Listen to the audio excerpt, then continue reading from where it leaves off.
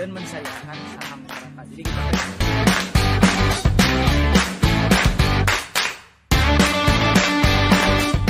beda sama Jakarta, sama anak Bandung tuh investasiin buat sekolah anak. golf itu something new gitu. Kayak kupu-kupu gitu. Ayahku tuh satpam gitu kan.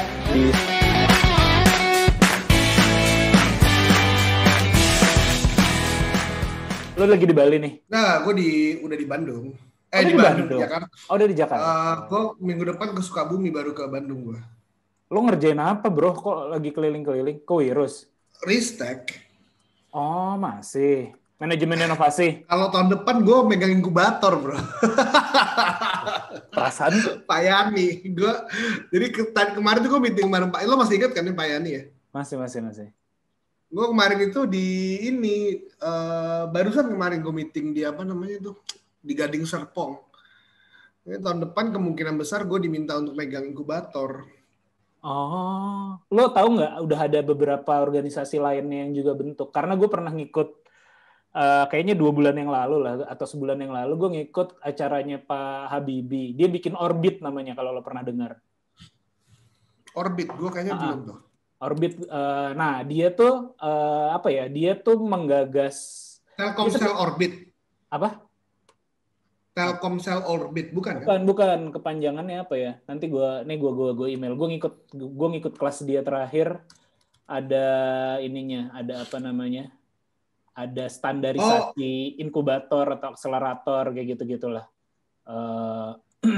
Nah, dia ini model bisnisnya ya. Gue cerita model bisnisnya dulu. Dia model bisnisnya adalah dia menawarkan ke perguruan tinggi untuk sorry. Orbit Future Academy bukan? Ya mungkin itu ya, lambangnya warnanya biru gitulah. Orbit Future Academy, betul. Orbit Future Academy. Oh iya. Betul. Nah, dia bisnis modelnya sebenarnya yang dia jual adalah dia tuh punya modul inkubator, bagaimana cara menjalankan inkubator A sampai Z, bagaimana inkubator itu tetap profit dan segala macam. Dan dia mengharapkan jualan ini ke perguruan tinggi sebenarnya. Perguruan tinggi yang tidak mampu membuat inkubator diajarin dan dilatih. Ya sebenarnya ini ide-ide yang cukup udah lama gue sempat share ke lo juga gitu. Dan kemarin gue ngikut acaranya dia untuk pengen tahu modul yang dia ajarkan apa aja sih dan A sampai Z-nya dan segala macam kayak gitu. Ya. Itu menurut gue itu bagus gitu. Terlepas memanfaatkan keadaan bahwa inkubator, bahwa perguruan tinggi tidak mampu menjalankan fungsi inkubasinya gitu yang diminta oleh undang-undang kayak gitu misalnya. Itu melihat peluang, itu bisnis as usual, itu bagus menurut gue kayak gitu. Cuman yang isi orang-orang India, bro. Tapi kalau mereka kompeten, bro, jangan tunggu.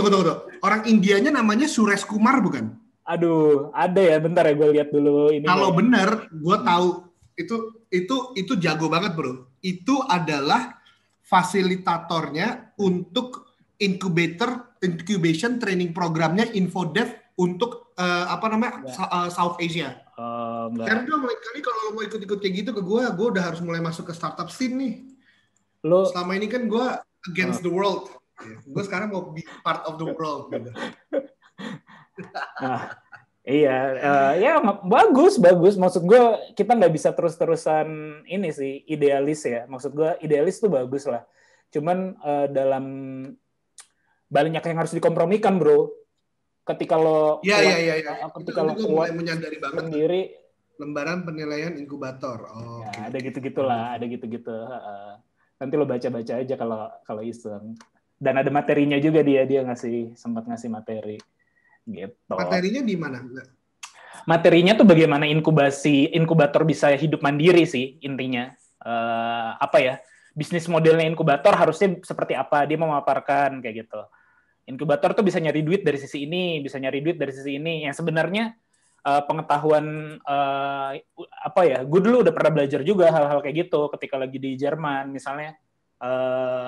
Untuk long termnya ya kita harus mengambil equity juga kayak gitu. In short termnya bagaimana nih partnership dengan government terus juga ya kayak gitu-gitulah bisnis model yang kan orang bikin tuh bisa-bisa aja lah.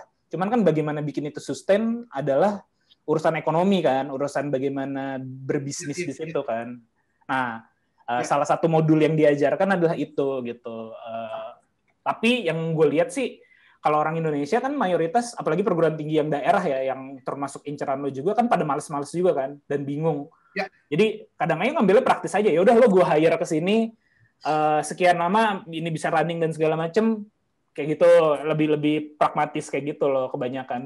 Dan gue lihat itu akan terjadi masif gitu, perguruan tinggi. Bukan akan terjadi, lagi terjadi bro. Oke. Jadi ini masuk ke podcast gue ya. Loh, udah 2 jam sendiri aja. Anjir, kita harusnya mulai podcast ya. Cuman masalahnya gue jam 4 harus ngambil mobil. Gimana nih? Lu besok nggak apa, ini bentar aja bro. Tadi juga mungkin ada poin-poin bagus yang bisa gue potong. Oh, jangan dibuka ya, Dang. Ya kita mulai dari nol aja. Yuk, langsung. Jadi beberapa minggu yang lalu itu gue sempat nemuin artikel, bukan nemuin sih, ngeliat di LinkedIn. Kayaknya gue sempat mention lo juga kan, bahwa mungkin juga ada kaitannya sama hal-hal yang kita pelajari, kita obrolin tadi ya. Ya itu mana ya? Gue cari dulu artikel ininya ya, poinnya. Mana bentar. Nah ini. Banyak tokoh-tokoh CEO ataupun founder perusahaan-perusahaan internasional gitu ya, dari PayPal, Alibaba, siapa lagi nih, ya, Elon Musk ya, Tesla, SpaceX dan segala macam gitu-gitu, bilang bahwa intinya adalah lulusan MBA nih nggak berguna di perusahaan. Ini salah satunya gue quotes ya dari Jack Ma nih. Most MBA graduates are not useful unless they come back from their MBA studies and forget what they have learned at school, then they will be useful. Terus juga ini salah satu yang cukup keras adalah dari si Elon Musk ya. Dia bilang, as much as possible avoiding hiring MBA. MBA programs don't teach people how to create company. Our position is that we hire someone in spite of an MBA. Not because of one. Gimana tuh bro? Oke. Gue akan coba jawab ya. Gue akan coba jawab in my best knowledge ya. Pertama, kita harus melihat konteks terlebih dahulu saat Elon Musk berbicara seperti itu dan saat Jack Ma berbicara seperti itu. Ya. Mungkin pertama adalah gue tambahin satu lagi ini keren juga nih, Peter Thiel ya. Peter Thiel ngomong, never ever hire an MBA, they will ruin your company. Ya, ekstrim itu, ekstrim ya, itu ekstrim. Oke. Jadi gini, pertama adalah kita melihat terlebih dahulu konteks saat mereka berbicara terkait dengan lulusan MBA. Ya. Yang gue tahu tuh yang dari Elon Musk.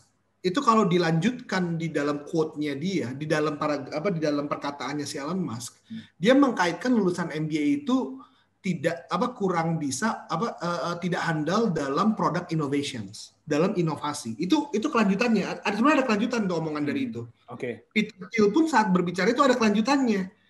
Di mana kelanjutan dari omongannya mereka lulusan MBA itu tidak worth it. Kelanjutannya adalah saat berbicara inovasi. Ya. Itu kelanjutannya. Coba dicek dulu artikelnya secara lebih komprehensif. Okay. Nah, kenapa? Karena begini. Pertama, MBA itu apa sih? Master Business of Administration. MBA ini kan suatu program studi yang lahir setelah masa Industrial Revolutions. Ya. Dia lahir dikarenakan di saat tahun 1900-an awal ada suatu kebutuhan akan orang-orang yang memiliki kompetensi, ya, skill, lintas fungsi untuk menjadi seorang manajer. Untuk memanage apa? Untuk memanage perusahaan yang sudah berdiri dan sudah established. Itu dulu. Jadi MBA pertama kali dilahirkan ya adalah MBA General Management, di mana fokusnya untuk melahirkan seorang manajer. Gitu. Bukan untuk melahirkan seorang inovator atau bukan untuk melahirkan seorang entrepreneur sebenarnya tujuan utama. Oke. Sehingga saat kamu masuk MBA, saat lo masuk MBA, lo akan diajarkan berbagai macam knowledge, ya. Lo akan mendapatkan berbagai macam knowledge maupun skills terkait dengan fungsi-fungsi organisasi. Namun itulah organisasi bisnis yang sudah established, gitu. Nah, tentu kalau kita berbicara entrepreneurship, itu konteksnya adalah menciptakan suatu bisnis baru. Kita berbicara terkait dengan menemukan peluang dan sebagainya.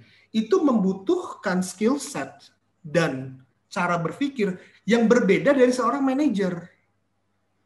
Jadi sudah barang tentu kalau kita berbicara terkait dengan inovasi, mungkin MBA degree menjadi hal yang tidak terlalu tidak terlalu penting gitu, dikarenakan kalau kita berbicara terkait dengan creativity, innovations dan sebagainya, itu skill setnya berbeda dengan seorang manager, apalagi skill set seorang entrepreneurs gitu. Nah, jadi itu yang gue pengen koreksi dulu gitu. Elon Musk, Peter Thiel, Jack Ma, saat mereka berbicara itu, mereka berbicara dalam konteksnya. Kenapa? Karena begini, yang menjadi menarik adalah saat kita melihat organisasinya Alibaba, saat kita melihat organisasinya Elon Musk, mereka tuh banyak meng-hire di sisi manajemennya orang-orang MBA. Kebayang nggak? Tapi untuk mengurusi fungsi-fungsi yang bukan terkait dengan inovasi, gitu. Jadi ya kan agak ya seringkali apa ya? Kalau kita berbicara problem di area sosial ya, di ranah social studies, itu konteks itu sangat berpengaruh gitu terkait dengan teori ataupun terkait dengan suatu statement yang kita keluarkan.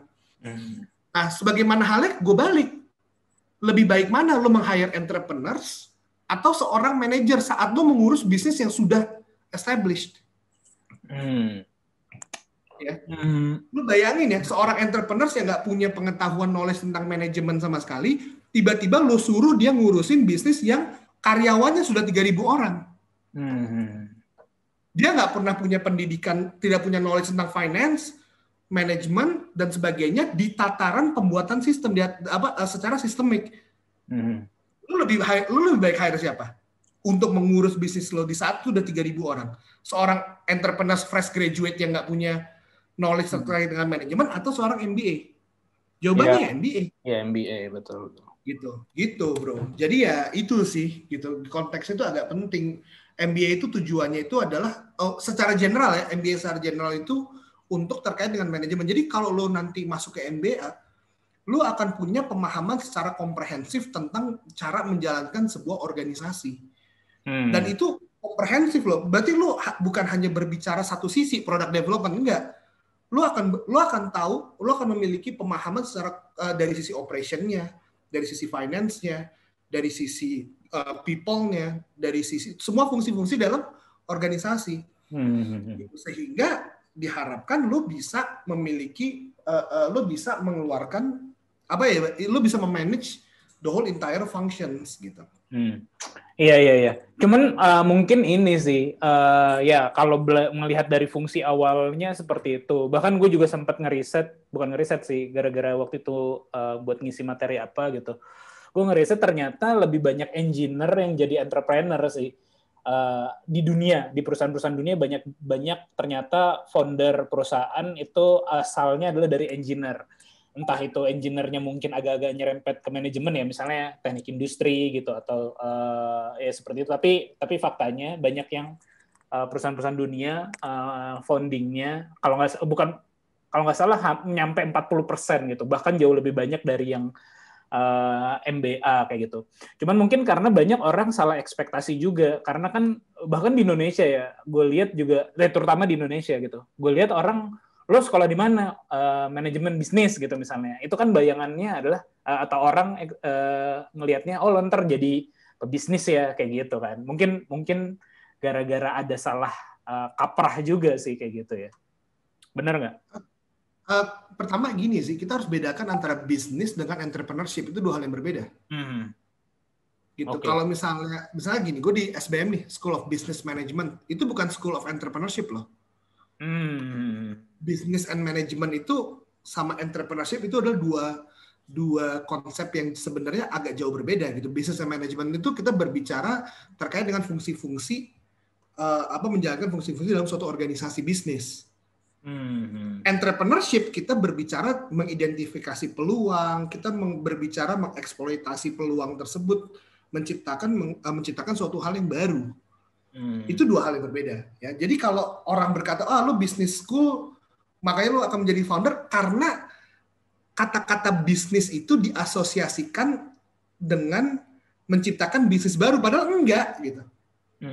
Business school itu nggak secara spesifik mempelajari kewirausahaan. Makanya business school itu biasanya ada program studi yang khusus untuk mempelajari kewirausahaan. Kayak misalnya di SBM ITB, kita punya program studi S1 kewirausahaan.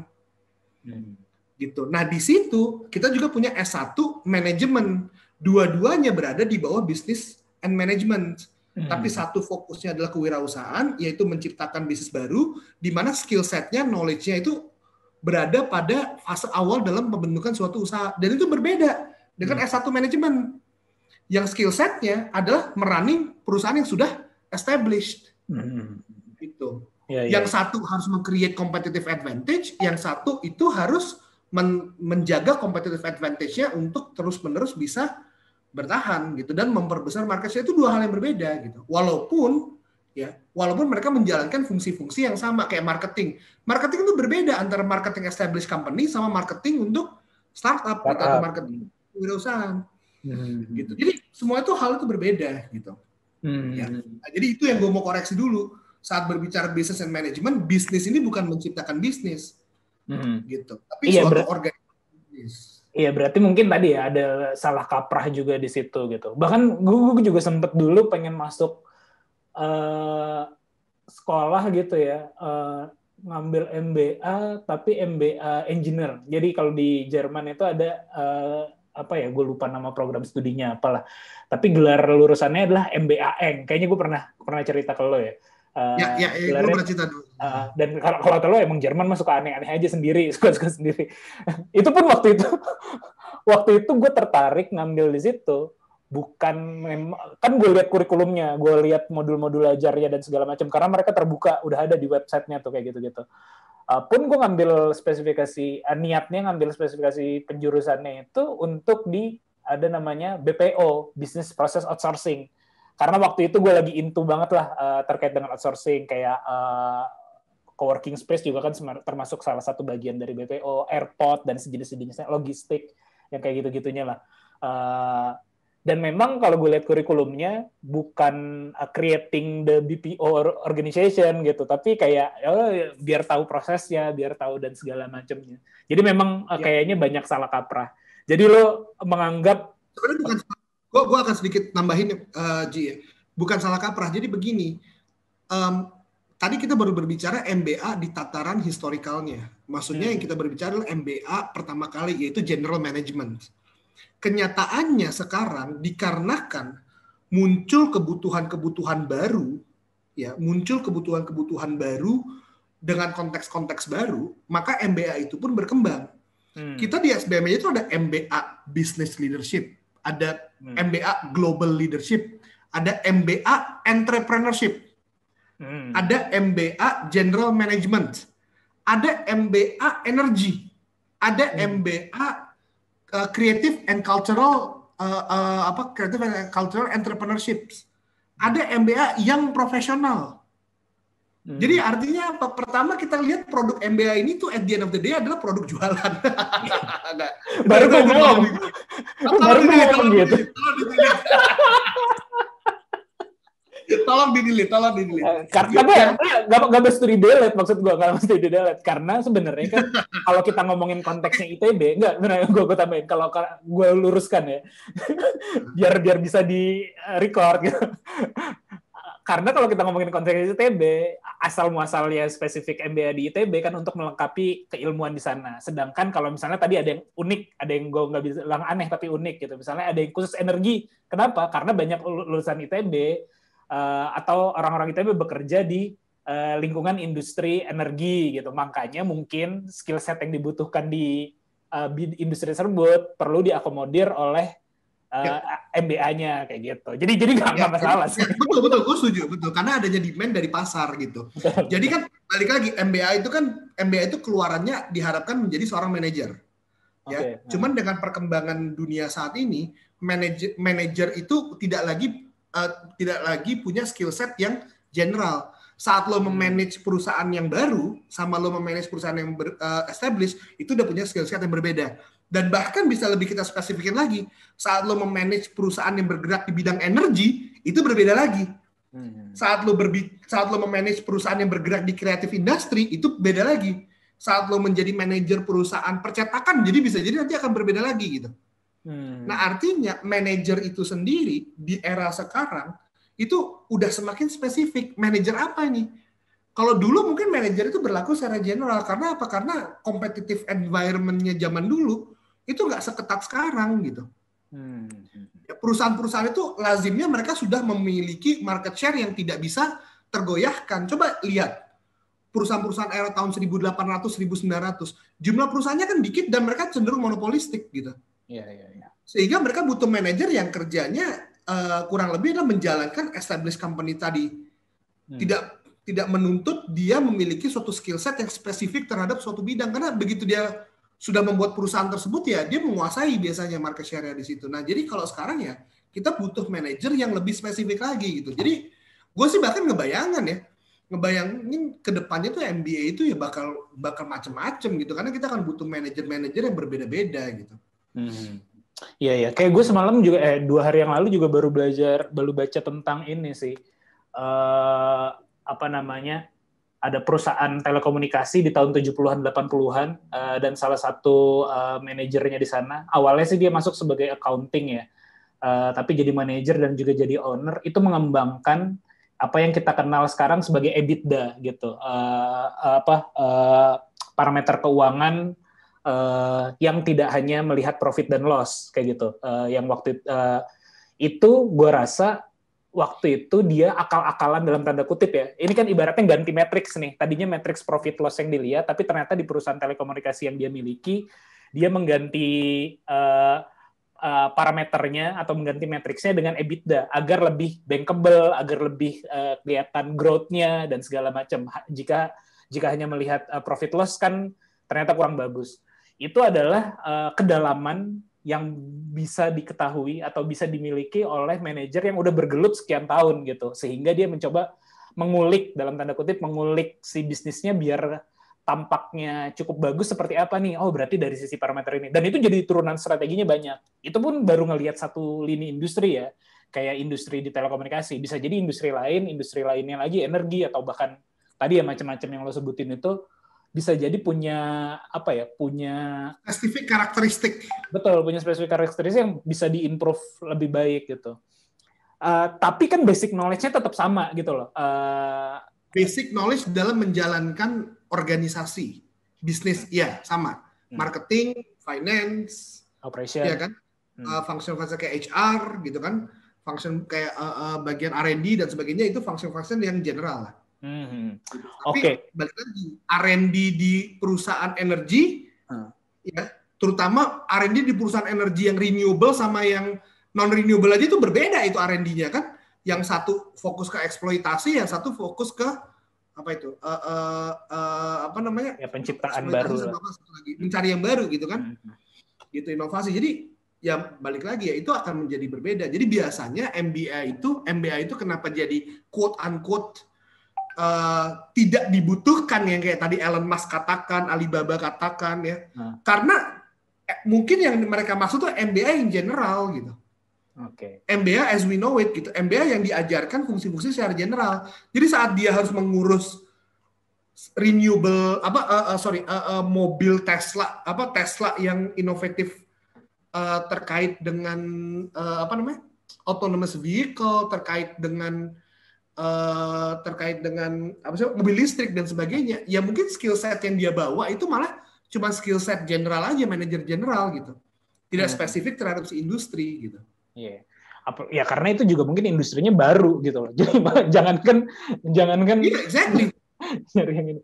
Makanya kalau gue gue pernah ada hiring ada anak S1-nya manajemen dan lagi S2 MBA ya. Cukup bagus, tapi gue dibandingkan dengan misalnya S1 teknik industri, gue akan lebih memilih S1 teknik industri. Kalau gue ya, sebagai gue yang meng-hire. Entah kenapa gitu. Gue mungkin konteksnya ada... dulu. Konteksnya lo hiring untuk perusahaan yang seperti apa? Konteksnya ya kalau di level gue berarti di level starting up gitu. Startup, atau ya. Okay. startup gitu sih. Mungkin S1 cocok. Tapi kalau lo merekrut orang konteksnya adalah perusahaan 1.000 employee, nah lo mungkin akan punya persepsi yang berbeda. Oh, gue ada dua ya yang magister, satu yang MM ya, apa sih, magister manajemen ya berarti ya, magister manajemen sama yang MBA.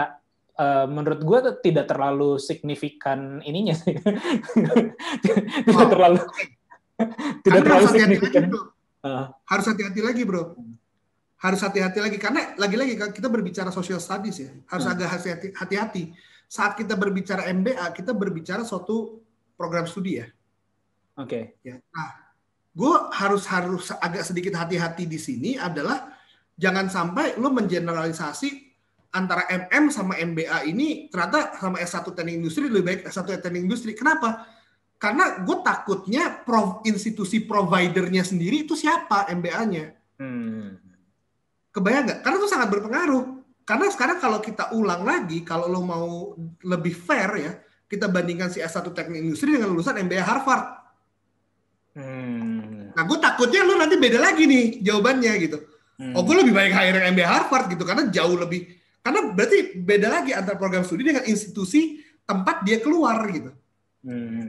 Kebayang nggak?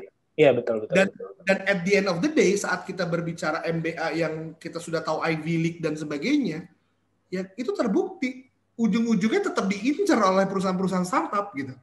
Betul. Jadi balik lagi, kita harus hati-hati. Bukan kita nggak hanya membandingkan degree-nya. Kalau kita membandingkan degree-nya, kita membandingkan lebih ke arah skill set yang ada di dalam degree-nya tersebut. Tapi kita kalau kita membandingkan orangnya, ya kita membandingkan orangnya, kita harus melihat orangnya ini tuh gimana maksudnya ya? Bukan representatif terhadap si program studi tersebut gitu. Takutnya lo ketemu lulusan MBA yang memang nggak andal gitu, kebayang? Iya. Nah kalau lo ketemunya Nadim gimana? Ya beda cerita kan? Ya pun itu masih di hire ya, dua-duanya tuh masih bekerja gitu sih di tempat gua. Tapi ya namanya juga, tapi kan penilaian bisa jadi subjektif kan, subjektif dari sisi guanya sendiri, penerimaannya bisa berbeda, ataupun yang tadi lo bilang, ya siapa tahu dia di kampusnya bukan representatif dari keseluruhan populasi dari kampusnya itu. Populasi MBA. Nah, pertanyaan gue berikutnya adalah kalau udah clear ya masalah MBA dan hiring itu.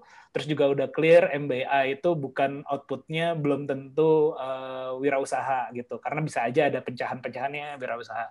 Lalu apakah diperlukan prodi wirausaha itu di sekolah bisnis? Padahal secara statistik tadi kayak gue sebut gitu, ternyata di dunia gitu ya 40%-an itu dari engineer justru yang jadi wirausaha kayak gitu. Oke. Sekarang balik lagi, kita kalau pertanyaan tadi apakah dibutuhkan prodi, kita harus naik level lagi. Kenapa adanya prodi? Kenapa adanya edukasi? Edukasi itu hadir buat apa? Edukasi itu kan hadir untuk memberikan kesempatan. Untuk memberikan kesempatan agar seseorang dia menguasai suatu keilmuan yang spesifik. Itu fungsi edukasi. Iya kan? Nah, kalau kita bertanya, butuh nggak sih S1 kewirausahaan? Ya, kalau orang tersebut dari semenjak dia lahir, dia semenjak lahir dia dibangun dia kultur misalnya budaya di dalam keluarganya, dia ada budaya entrepreneurs, dia sudah terekspos terhadap entrepreneurship, ya dia nggak butuh lagi pendidikan entrepreneurship. Jadi kebutuhan akan edukasi itu bukan untuk menjadi disandingkan antara antara butuh atau tidak. Enggak, edukasi itu ada untuk memberikan kesempatan. Gitu. Orang yang tadinya nggak ngerti entrepreneurship, dia masuk ke S1 kewirausahaan, dia jadi ngerti entrepreneurship. Kan itu fungsinya edukasi. Jadi kurang tepat kalau dibilang founder kan banyak nggak lulusan S1 kewirausahaan. Ya memang fungsinya S1 kewirausahaan atau edukasi itu bukan untuk mencetak secara real, enggak, untuk memberikan knowledge sama skill set. Perkara keputusannya mereka selanjutnya mau menjadi wirausaha dan sebagainya, itulah keputusan pribadi mereka. Gitu. Iya ya. Kalau gitu ini gue tambahin, kalau di engineer ataupun misalnya di sekolah atau kuliah pendidikan, skill set yang diajarkan adalah misalnya kalau di engineer agar dia bisa problem solving di bidang engineeringnya, sehingga ketika misalnya untuk kerja dia relatif lebih bisa dibanding jurusan-jurusan lain untuk di bidang engineering kayak gitu. Gue nggak bilang semuanya akan bisa, tapi pasti lebih bisa daripada jurusan lainnya. Betul kan? Apalagi yang pendidikan pasti lebih bisa mengajar dibanding dengan jurusan yang lainnya.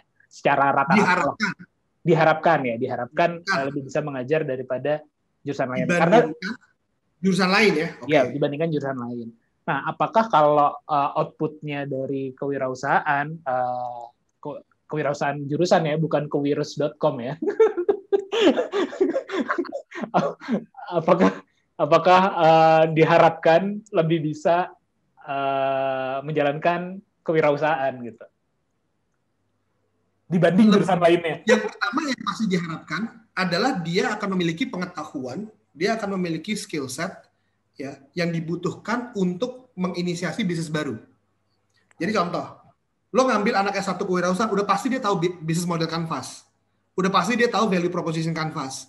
Udah pasti dia tahu design thinking. Udah pasti dia tahu tentang recruitment for early stage startup. Udah pasti dia tahu tentang basic accounting untuk di awal.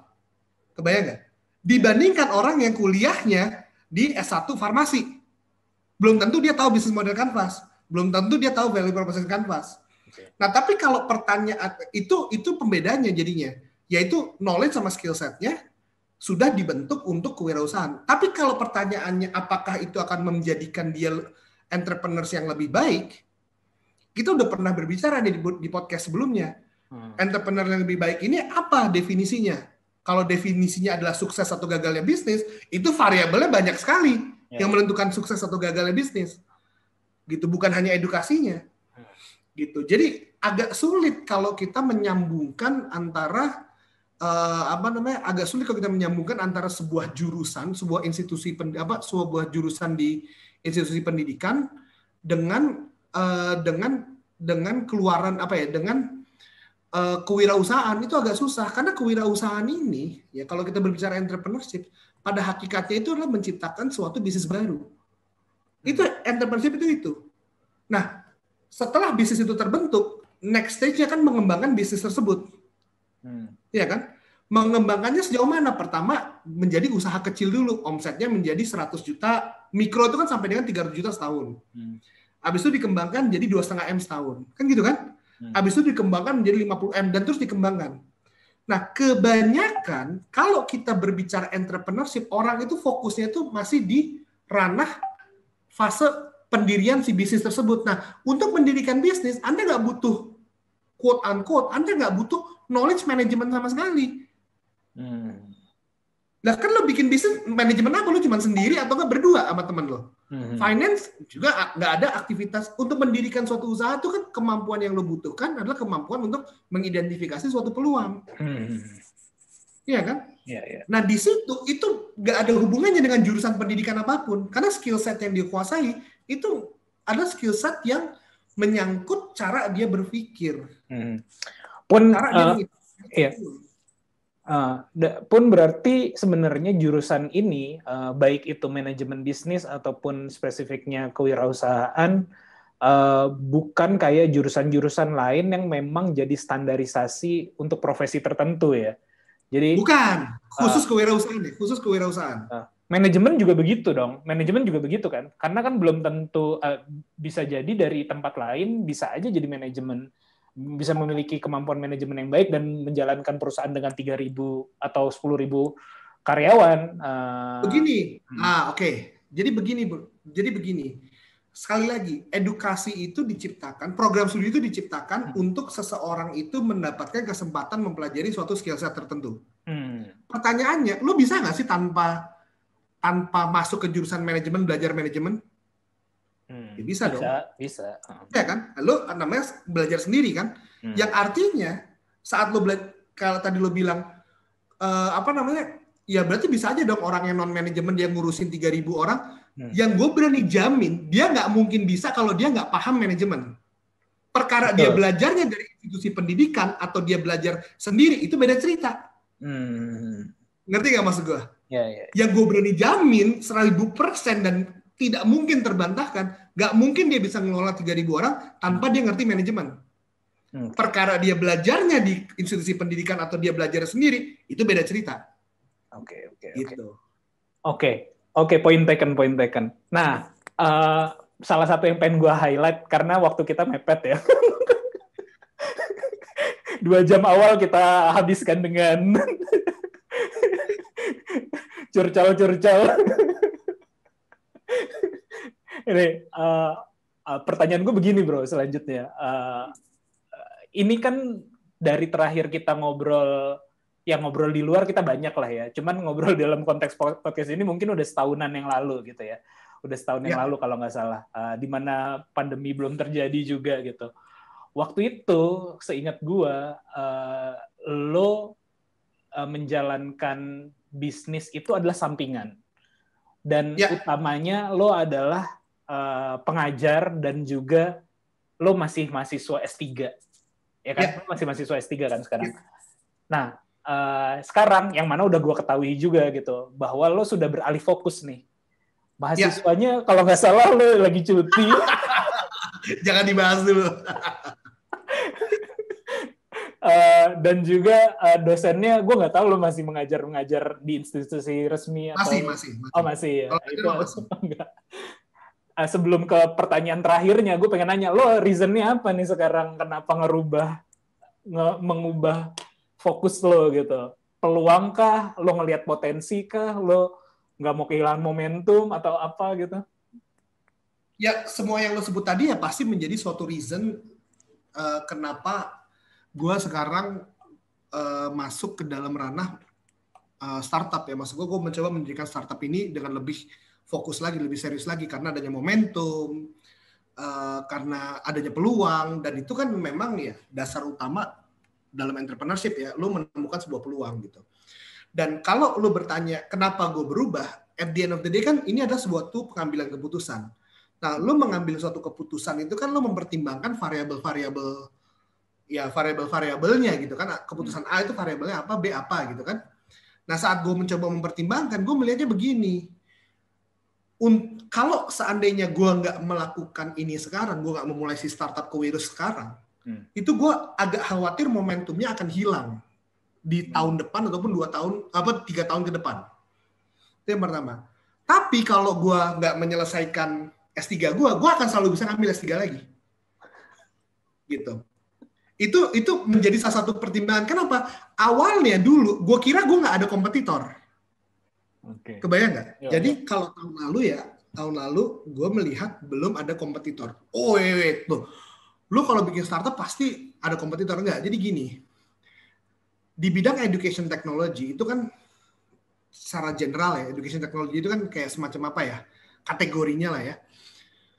Tahun lalu gue ngelihat semua orang itu berbondong-bondong membuat namanya MOOC, Massive Open Online course, MOOC C-nya apa ya? Course ya? Course.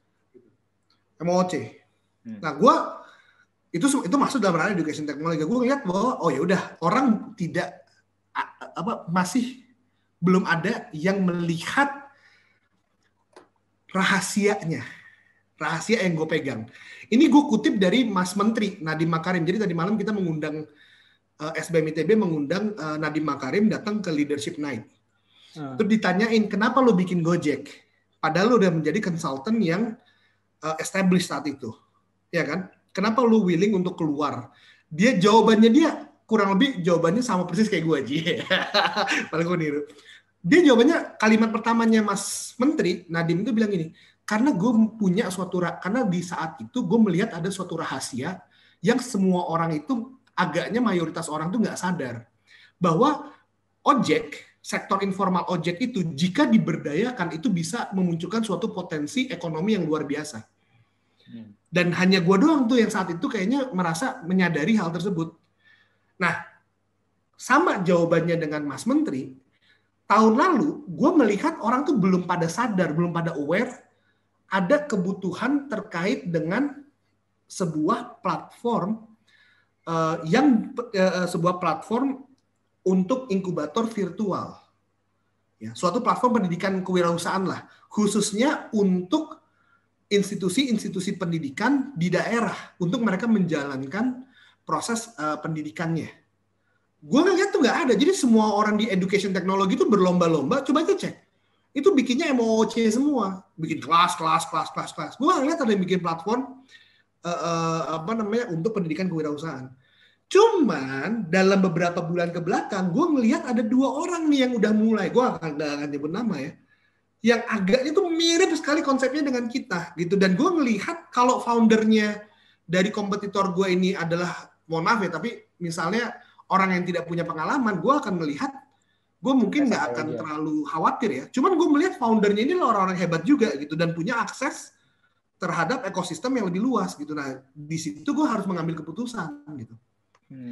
Tadinya gue nggak punya urgensi, ya gue melihat rahasia ini tuh orang tuh nggak akan sadar kecuali dia menjadi seorang dosen yang ngajar mata kuliah pendidikan kewirausahaan, baru dia akan tahu seberapa bahwa ada masalah dalam mengajar kewirausahaan di perguruan tinggi.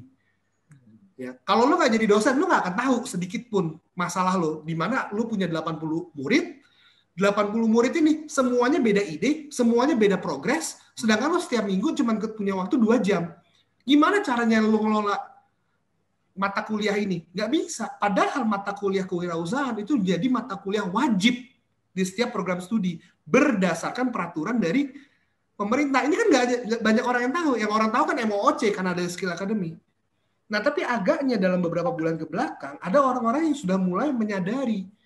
Dan di situ gue ngelihat ini udah urgent untuk gue fokus lebih dalam lagi karena sudah mulai punya kompetitor yang spesifik dan bahkan menembak marketnya itu pun sangat 100% sama dengan gue dan platform gue ini Ji, begitu lo mengestablish suatu begitu lo dapat customer ini tuh dia tidak akan berpindah ke platform lain gitu. Iya. Karena platform lain pun sama persis dengan punya kita. Iya. Dan modelnya pun freemium juga, gratis juga. Jadi ya ibarat kata cepet-cepetan jadinya siapa yang lebih cepat gitu. Itu sih kalau menjawab pertanyaan lo kenapa gue tiba-tiba jadi berpindah gitu kan.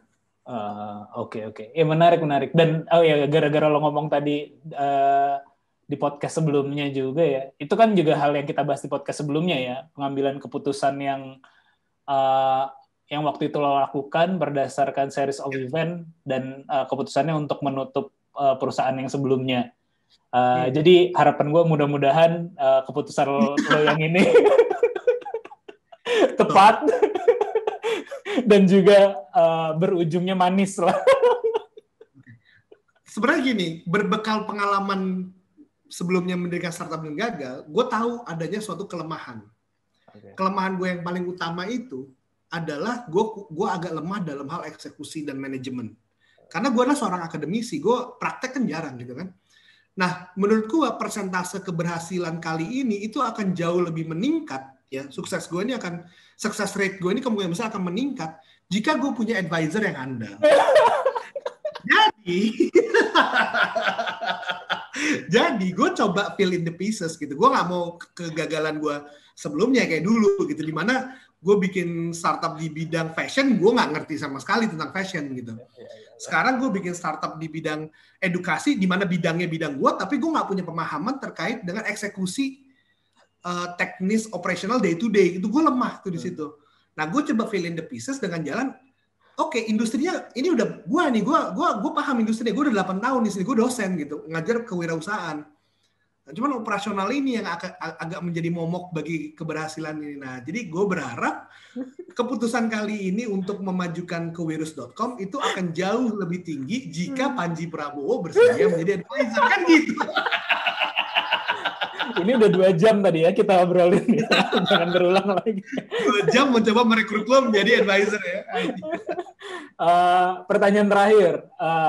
Lo sekarang berarti fokus menjalankan startup, bisa dibilang startup lah ya, dan memang ya ini bisa dikatakan startup, betul. Startup dengan segala competitive advantage-nya, dan juga yang sudah berproses selama ini gue lihat keren sih, lumayan bagus lah. Ya mungkin ada beberapa yang bisa diimprove. Pertanyaan gue adalah kaitannya sama tema yang gue angkat ini, lo apakah mau hiring anak MBA apa enggak? Kalau untuk fase sekarang, gue akan meng-hire orang yang memiliki skill set yang gue butuhkan. Jadi misalnya contoh, saat ini gue butuh meng-hire seorang business development, ya kan, business dev. Di mana harapannya dia itu bisa, ya ini yang kita bahas selama 2 jam kan, dia bisa approach new customer, dia bisa mengakuisisi customer tersebut dan sebagainya. Gue punya hambatan gue itu, salah satu hambatan gue adalah terkait dengan salary, gaji. Gue nggak bisa gaji lebih tinggi. Nah, jadi kalau misalnya lo nanya apakah gue akan hire MBA, gue akan meng-hire orang yang bisa menjalankan si posisi tadi dengan baik. Nah, kalau orang tersebut ternyata ada lulusan MBA, itu berarti gue akan meng-hire MBA. Kalau orang tersebut ada lulusan S1 farmasi, berarti gue meng-hire S1 farmasi. Kalau orang tersebut ada lulusannya nggak lulus SMA sama sekali, ya berarti gue hire orang yang nggak lulus SMA. Gitu. Karena kalau menurut gue hiring ini, ya ini sebenarnya ilmunya dari lo juga ya, hiring itu adalah orang yang bisa menjalankan pekerjaan tersebut dengan baik kan. Kayak lo tadi cerita, lo meng-hire seseorang, lo bahkan bilang, gue nggak peduli. Bahkan gue nggak tahu lo S2-nya ngapain misalnya gitu kan. Gue nggak tahu lo degree-nya apa, yang gue butuhkan lo menjalankan proses ini dengan baik gitu. Jadi apakah gue akan hire MBA? Gue akan meng-hire orang tersebut. Kalau orang tersebut kebetulan di antara kandidat-kandidat tersebut yang memenuhi kualifikasinya gue dengan salary yang gue minta ada lulusan MBA, gue akan hire MBA. Kenapa? Karena gue tahu MBA itu dia akan punya skill set lain yang bisa jadi gue utilize ke depannya. Gue bisa berbicara operation, gue bisa berbicara finance. Jadi itu sih cara gue menentukan gitu. Gue akan meng-hire kalau memang kebetulan dia di antara kandidat itu adalah ada MBA, ada engineer, ada apa. Gue akan lihat kalau tiga-tiganya memenuhi skill set yang sama, ya bisa prove bahwa mereka bisa work di ini yang sama, gue akan memilih MBA. Oke. Menarik. Sama satu yang gue lupa juga, yang kaitannya sama diskusi kita terakhir sebelum mulai podcast ini, itu adalah ini, tadi yang sempat gue point out cuman kepotong. Menemukan orang, baik itu hiring ataupun founding team ataupun manajemen tim yang kita hire atau pro hire gitu ya, akan sangat berkorelasi kalau gue ya sampai saat ini hiring yang bagus yang berhasil gue lakukan sendiri, kebanyakan yang berhasil dan gue jaga gitu ya, dia harus tetap ada di perusahaan yang gue jalankan, itu based on aktivitas. Tadi kan sempat kepotong ya, maksud gue based on aktivitas adalah aktivitas yang udah gue pernah berjalankan, baik itu yang gue pengalaman, orang lain udah pernah jalan juga, atau gue pernah berinteraksi dalam suatu aktivitas yang sama dengan dia. Misalnya kuliah yang sama, ngikut course yang sama, gue interaksi di situ banyak, ada mungkin pertukaran, bukan hanya sekedar interview proses saja gitu, tapi ada pertukaran nilai dan macam-macam gitu.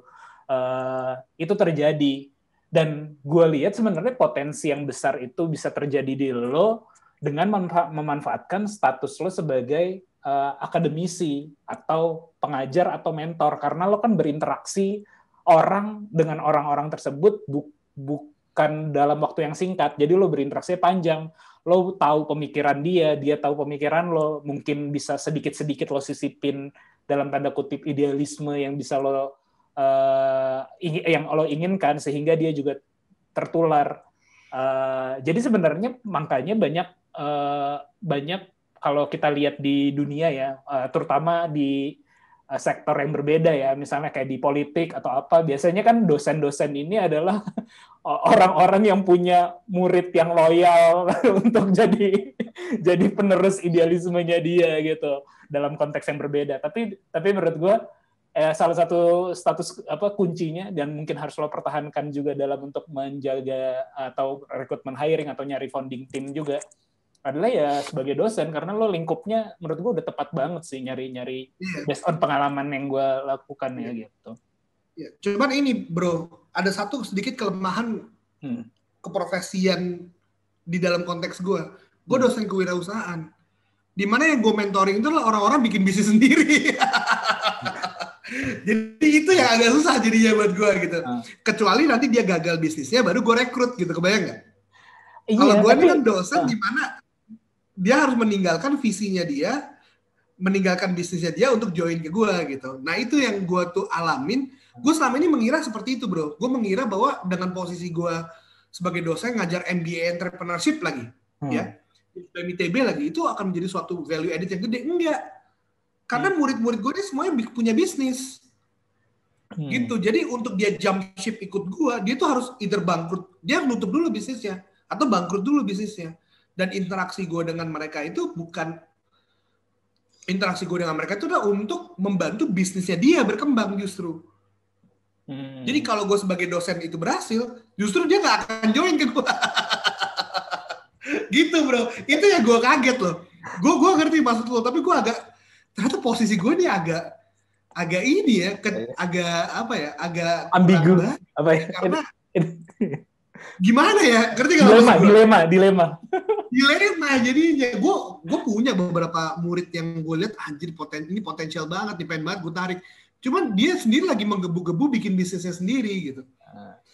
Jadi agaknya gue baru ngeh aja gitu. Nah tapi kalau gue lihat potensi jadi seorang dosen itu utamanya adalah kalau memang mau merekrut karyawan, employee. Jadi kita harus mencari, dan itu bagusnya ya, mungkin ya gue tuh, gue kan walaupun ngajarnya kewirausahaan, tapi kan gue juga ngajar di manajemen dan sebagainya kan.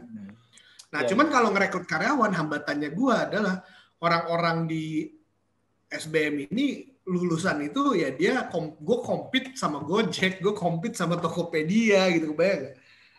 Iya. Nah, itu ya makanya yang mesti dijual kan juga adalah visinya kan, idealisme apa segala macam. Ya atau udah tutup banget jadi advisor ini. atau ini apa namanya? Atau ngikutnya peer-nya bro. Gue justru tadi ya aktivitas itu kan juga peer dalam artian misalnya gue ngikut course apa gitu, yang mana yang ikut bisa jadi selevel atau di bawah atau di atas, tapi masih bisa digocek lah untuk join yang kayak gitu. Jadi itu rata-rata yang goal tuh yang begitu.